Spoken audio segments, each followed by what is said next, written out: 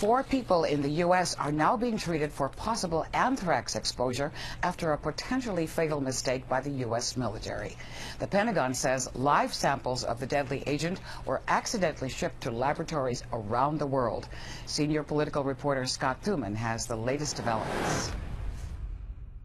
Anthrax, a deadly bioweapon and now part of a terrifying mishap. This Utah military base accidentally sent out live anthrax samples to at least one private laboratory in Maryland and possibly 8 other states as well.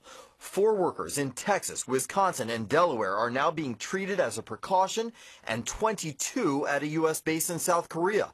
How could it happen? It's a great question, and that's exactly why we brought in the Center for Disease Control and their investigators.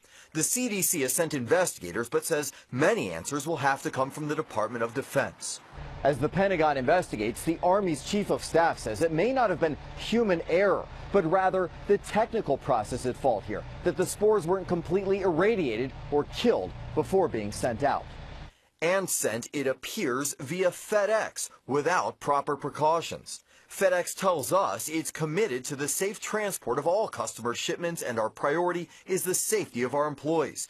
We'll be working closely with the Department of Defense and Centers for Disease Control to gather information about these shipments. No known risk to the general public, and there's no suspected or confirmed cases of anthrax infection. While CDC investigators test all of the samples sent out, one expert tells us the government also needs to question when was the irradiation machine last tested and staff last trained to use it. Scott Thuman, ABC 7 News.